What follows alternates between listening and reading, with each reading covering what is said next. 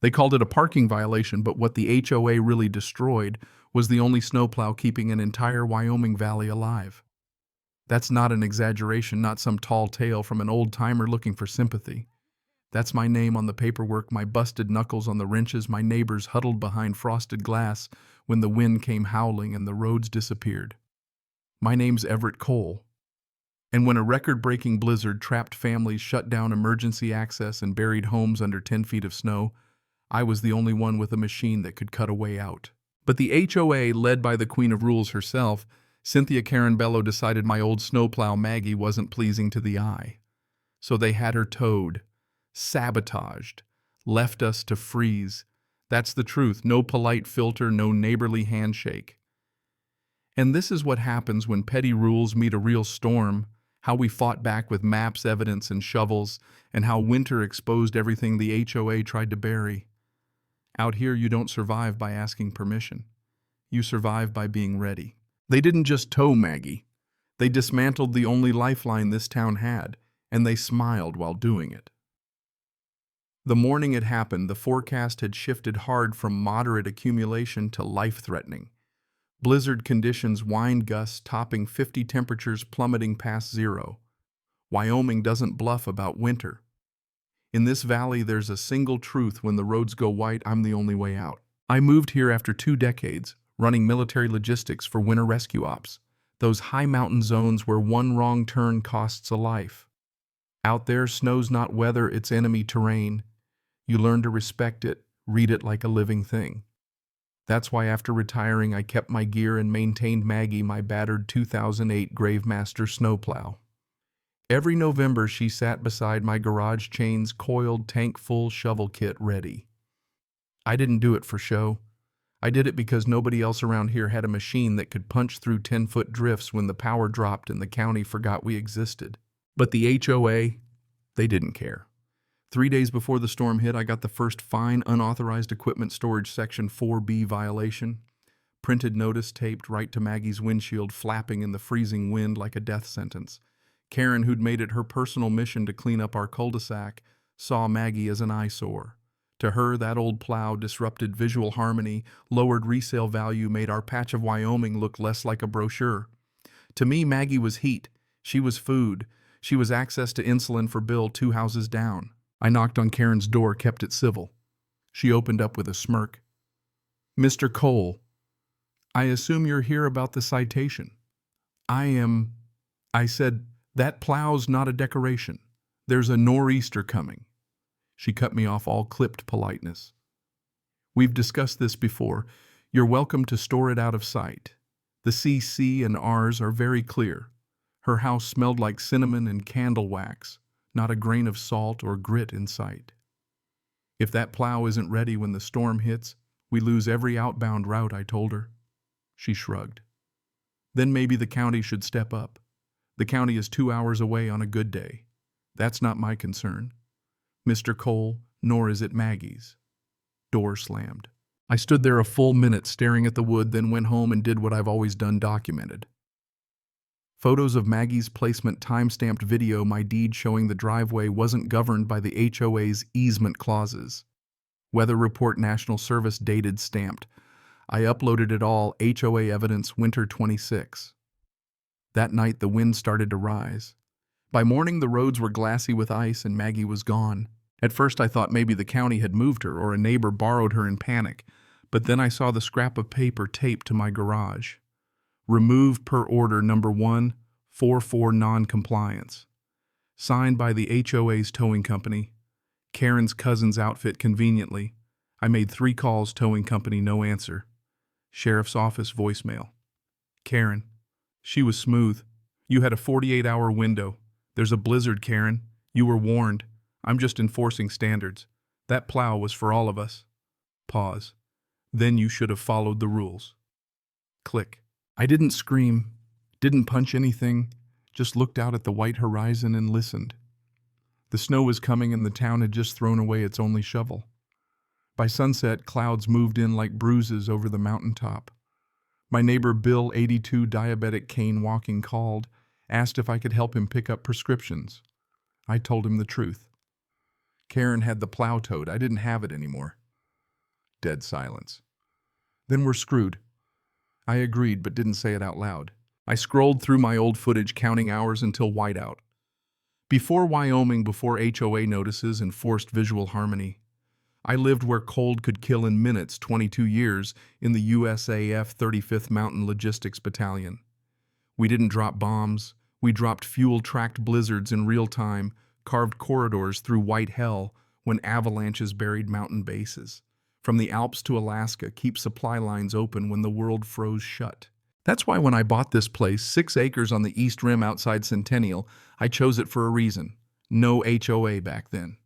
Just land trees, one private ridge road curving down through the valley, a narrow white artery, one way in, one way out.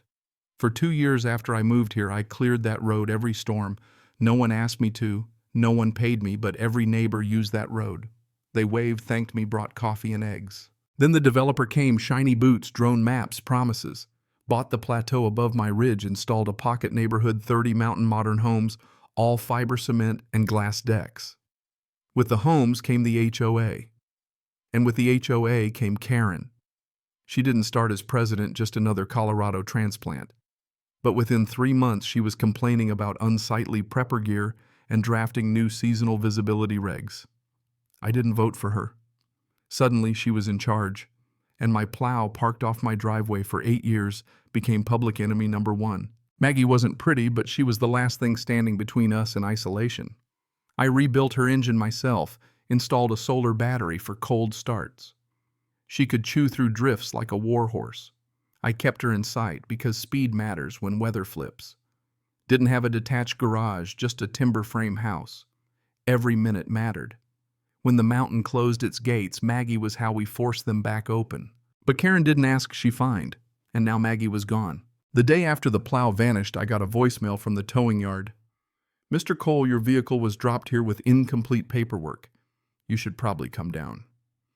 I borrowed Bill's Jeep, drove down before the next snowband rolled in. The sky was bruising fast. At the yard, the plow was in pieces. Hood open, battery missing, hydraulic arms, detached transmission cracked. The yard manager shook his head. This wasn't a tow. This was a hit job. Unmarked flatbed, HOA violation, that's all he got. I stepped closer. Maggie looked gutted. And something in me buckled. This wasn't about aesthetics, not even control. It was about erasing independence. Karen didn't just want Maggie gone, she wanted to make sure I couldn't bring her back. I called my wife from the cab. Her voice was tight. Connor's coughing again. The air's dry, snow's drifting outside. My son's 10 mild asthma. Not scary unless you're snowed in with no backup heat and no way to reach the clinic. "Come get us when you can," she said. "I trust you." I sat there listening to wind slide across Maggie's broken mirrors and remembered something my old CO used to say on mountaintop missions: you don't lose a corridor unless you hand it over. That night I started drawing. Pulled field maps, printed topo overlays, sketched the elevation around the valley. My land sat just west of the cul-de-sac. The HOA's only road access to the highway curved through my slope. I still had one route. They couldn't take the original access road. It was buried under 3 feet of snow and hadn't been used since 2018, but I'd cut it once. I could cut it again. Not with Maggie, but with my back and whatever strength I had left. The snow started that night. Slow at first, then by dawn it came like vengeance. I was already digging. By the 3rd morning, the wind was a wall. You could lean your body into it and it'd hold you like a hand from God. I stepped into it with a shovel on my shoulder, thermos of black coffee burning my fingers. I'd spent the night reviewing terrain maps, tracing an old military route I'd cut during a spring flood years before. That route, forgotten by everyone else, wasn't under HOA control. It started behind my woodshed. If I could clear half a mile down to Route 12, I could get my wife and son out. Maybe check on the other neighbors stuck in that cul-de-sac. But before I could really start, I heard tires on ice. Then the voice I'd learned to dread. "Well, Mr. Cole, I hope you're not violating anything again." Karen, wrapped in a crimson down coat, fur collar, clipboard in hand, SUV idling. "You know, Cynthia, I said most folks see snow and think survival. You see it and think regulations." She stepped closer. "This is private property. It's my land. If you start carving paths that intersect with association access, we could be entering an easement violation situation." I finally turned Karen. My plow's gone, the storm's here. Main road's buried. If you don't want me opening a route, maybe you'd like to do it yourself. Oh, I don't need to. The county will handle it. I smiled. You ever look at the county's snow priority map? You're not even phase 2. That cul-de-sac will be buried a week. Then the residents will stay indoors. You got diabetics, COPD infants, a guy on dialysis. Not my responsibility. She spun, walked back to her SUV. Be very careful, Mr. Cole. If you damage association property, this tantrum won't end well. And off she went. 10 minutes later, I was back to digging. Snow layered like armor, soft on top, ice below, then crusted granules packed tight. My hands blistered within an hour. By lunch, my shoulders burned. By dusk, I'd made 50 feet, not enough, but I wasn't going to stop. The next morning, a neighbor knocked. Wendy Harper, 67, widow, 2 grandkids, stuck with her for the week. Everett Karen posted online, "You're illegally building a personal road, obstructing coordination." She'd posted it on Nextdoor, claimed she had footage of me menacing her. I sighed, showed Wendy my own footage, security cam, Karen threatening me with easement violations. Wendy looked relieved, then angry. Mind if I download that? Not at all. If Karen makes another move, let me know. I'll testify. That night I added another file to HOA evidence, winter 26. Then I went back out and dug. Day 4. No plows, no county notice, no emergency services, but I was 250 feet down the old path. Then a flatbed truck unmarked like the one from before pulled up. Man in a camo jacket, HOA issued beanie. "You Everett Cole, I am." He looked at the path, then at me. "You cost Karen a lot of face. She says you made her look weak." I kept my grip on the shovel. "She's asking if you're done playing hero or if we need to come back." My jaw clenched. "You touched my plow. We repossessed it per HOA notice. You destroyed it." He shrugged. "Hard to say what's destruction when it's already in poor condition." I pulled out my deed, held it up. "This is private land. This access road predates the HOA. Your truck is on it. Leave." He smirked. "You got cameras. I got more than cameras." He nodded, backed out. That night I installed 2 more trail cams, uploaded everything, Karen's threats, photos, license plate. I wasn't just digging a road anymore, I was building a case. By day 5, Karen had posted a board notice online. "Emergency access obstruction by Mr. Cole."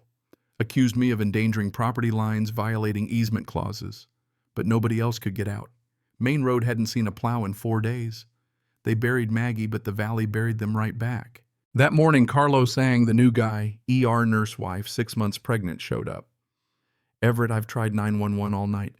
Anna's got pressure in her chest, altitude's hitting her. She can't walk in this snow. I can't open my garage, it's frozen shut. I'm halfway there. Another 2 days, I'll get you a lane to the county road." He glanced at the old Gravemaster chassis, half buried in snow. "What happened to the plow? HOA took it, dismantled it." He nodded. "You point, I dig." And that's how it started. 2 men, 2 shovels, a shared mission. Every swing was rebellion, every scoop defiance. By mid-afternoon, we'd gained 80 feet. Then I heard the engine, a snowmobile, not county, but Karen. White snowsuit, pink goggles, helmet visor, flipped up just enough for her sneer. "You're interfering with association property lines," she shouted. "This is my land," I replied. "That road intersects phase 2 entry. You're creating a liability corridor." I laughed. "Karen, there's 2 feet of snow over every HOA road. You haven't cleared an inch. We were planning a coordinated volunteer plow operation. Your tantrum disrupted everything. You towed my equipment, gutted it for visual harmony, endangered my family and neighbors." She froze at that. "I have legal protections. The board authorized removal. I've got the footage. Security cam caught everything, talking about easements, your cousin towing Maggie, the damage. It's filed." Her lips parted, no sound came out. She revved the snowmobile, turned and vanished. "Carlos, she's panicking." She should be. That night I backed up everything, mailed a drive to my cousin just in case. By dawn, the dig team had grown. Carlos called Jim, the guy with the old snowblower. Wendy sent her teenage grandson, Luke. By 10 a.m. we were 5 strong. By noon, 10. Neighbors came out, some to help, some with soup, some just to watch, but they came. Karen silent. I filed a formal complaint to the county. Security footage destroyed, engine, land, plat, weather documentation, Carlos's affidavit. I listed violations, property conversion, destruction, request for injunction. Sent the whole timeline to a journalist I'd known since logistics days. He covered avalanche rescues. Figured he'd like a story about a different kind of burial. That evening, as we huddled in my garage, Luke pointed at the dark ridge. "There's someone up there." Sure enough, silhouettes. Karen, 2 board members, binoculars, watching us dig, watching the road form. They took Maggie, but they couldn't take Winter, and they sure couldn't stop us from surviving it. The 6th day, the snow didn't fall in flakes, it came in sheets, a white curtain blinding everything. Still, the HOA did nothing. No alerts, no warming center, no fuel reserves, just silence. But the one path we carved was almost through. When the storm finally broke, we'd finished the trench to the highway. 1 lane crooked, but it held. County EMS arrived, tipped off by the press. Connor, my boy, was wheezing hard minutes from collapse, but the paramedics made it. The press made headlines. Photos of the trench footage from the security cams, quotes from neighbors, drone shot of Maggie's ruined frame. The county inspector came, then the sheriff. Karen served with an envelope: formal investigation, criminal mismanagement, property destruction, negligent endangerment. Her smirk vanished. Back home, I compiled the final evidence, sent it to the county attorney, the NBC affiliate, and a federal tip line. Karen hadn't just broken rules, she broke the trust holding our valley together, and the snow had uncovered it all. The moral: I'll say this, justice in a place like this doesn't come with a badge or a press release. It comes slow, layer by layer, like snow piling on a roof until it buckles. You can fight nature with steel and grit, but the real battle's against folks who think rules are more important than survival. Our community recalled the board formed committees, fixed what the HOA broke. We rebuilt, Maggie replanted the trees, restored the runoff channel. The state ordered the illegal homes removed from the floodplain. The emergency lane we carved became a permanent county road. 6 months later, with winter behind us, Maggie's back at the head of the road, engine purring. Our neighborhood, no fines, no threats, just neighbors again, checking on each other, planning, preparing. We don't need power grabs, just people who give a damn. Let me leave you with this. In winter, the world doesn't bend to pettiness. It bends to preparation. When you bury the only lifeline for pride or vanity, karma's not just coming, it's coming with a shovel and a news crew. Now here's what I want to know. Where do you draw the line between rules and survival? When is an HOA protecting property? And when are they risking lives for a little curb appeal? Tell me your take. Or better yet, tell me your story. Who keeps your road clear when the blizzard hits?